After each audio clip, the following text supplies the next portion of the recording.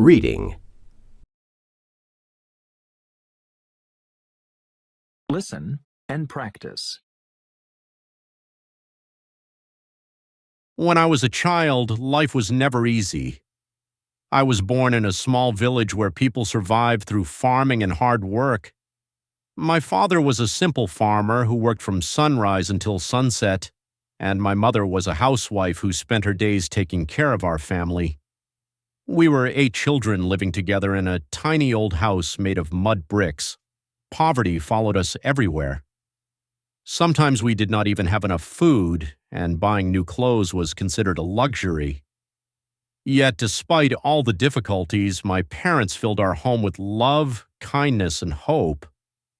My father used to say, "A poor man can still live with dignity if he works honestly." Those words stayed in my heart forever. Our school was near our house, but every morning felt like a battle. While other children only worried about homework or games, I carried a heavy burden inside me. Even as a young boy, I knew that education was my only chance to escape poverty and help my parents live a better life.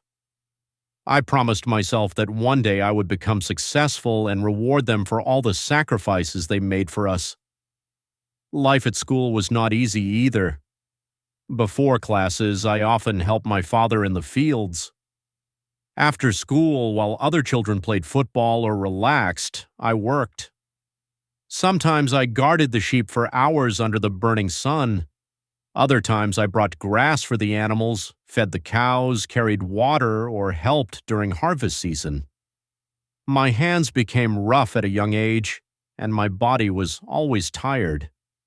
At night, when everyone else was sleeping, I studied under the weak light of an old lamp. Many times I fell asleep with my books open in front of me. My mother would quietly place a blanket over my shoulders and whisper, "Keep studying, my son. One day your life will change." But perhaps the hardest part of my childhood was not the work. It was the humiliation. Because we were poor, I wore old clothes that had been used by my older brothers. My shoes were torn, and sometimes I walked to school with holes in my socks. Many students laughed at me. Some called me the farmer's son, while others mocked the way I looked. I still remember hearing laughter behind my back whenever I entered the classroom. At first, their words hurt me deeply. There were days when I wanted to stop going to school. I felt ashamed and small. But every time I looked at my parents' tired faces, I found strength again. I told myself that pain was temporary and that my future would be different. One winter day changed my life forever. I came home from school and found my father sitting silently outside the house. His hands were covered with dirt, and his face looked exhausted. He had worked the entire day but earned almost nothing because the harvest had failed. That night, I heard my parents discussing how they would pay for our school supplies.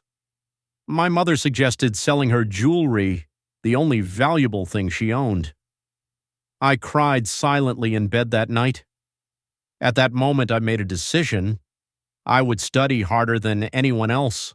I would become someone important. I would make my parents proud no matter how difficult the journey became. Years passed, and I entered high school. By then, I had become known as one of the best students in the village. My teachers believed in me and encouraged me to continue studying. But high school also brought another challenge into my life: love. There was a girl in my class who was considered the most beautiful girl in the village. She had long black hair, bright eyes, and a smile that could light up the darkest day.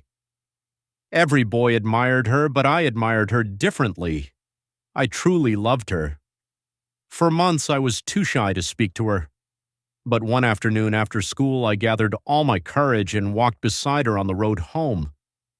My heart was beating so fast that I could barely speak. Finally, I told her, "One day I will become successful, I will get a good job, and I will marry you." She looked at me for a moment, then laughed. "A poor farmer's son?" she said mockingly. "I could never marry someone like you." Her words cut deeper than any insult I had ever heard. I walked home alone that day, feeling completely broken. But instead of destroying me, her rejection became fuel for my dreams.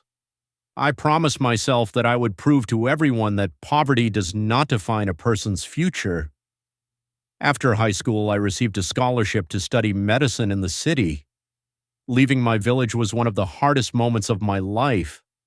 My mother cried while preparing my small bag, and my father gave me all the money he had saved, even though it was very little.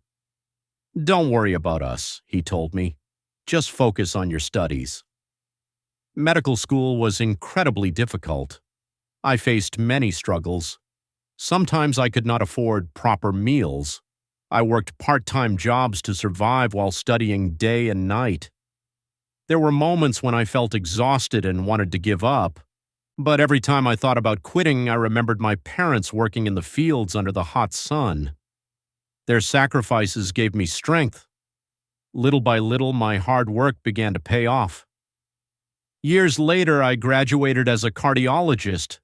The day I wore my white coat for the first time was one of the proudest moments of my life. I looked at myself in the mirror and remembered the poor boy with torn clothes who had once been laughed at by everyone. Soon, I became one of the most respected cardiologists in the country. People traveled from different cities to visit my clinic. I worked hard, treated my patients with kindness, and earned both success and respect. One day, something unexpected happened. A man entered my office for a medical consultation, and I immediately recognized him. He was one of the boys who used to bully me at school. Time had changed him completely. He looked nervous and avoided eye contact. Life had brought him to the office of the poor farmer's son he once mocked. I treated him with respect and professionalism because success had taught me an important lesson: revenge never brings peace. A few months later, the girl who once rejected me also tried to reconnect with me.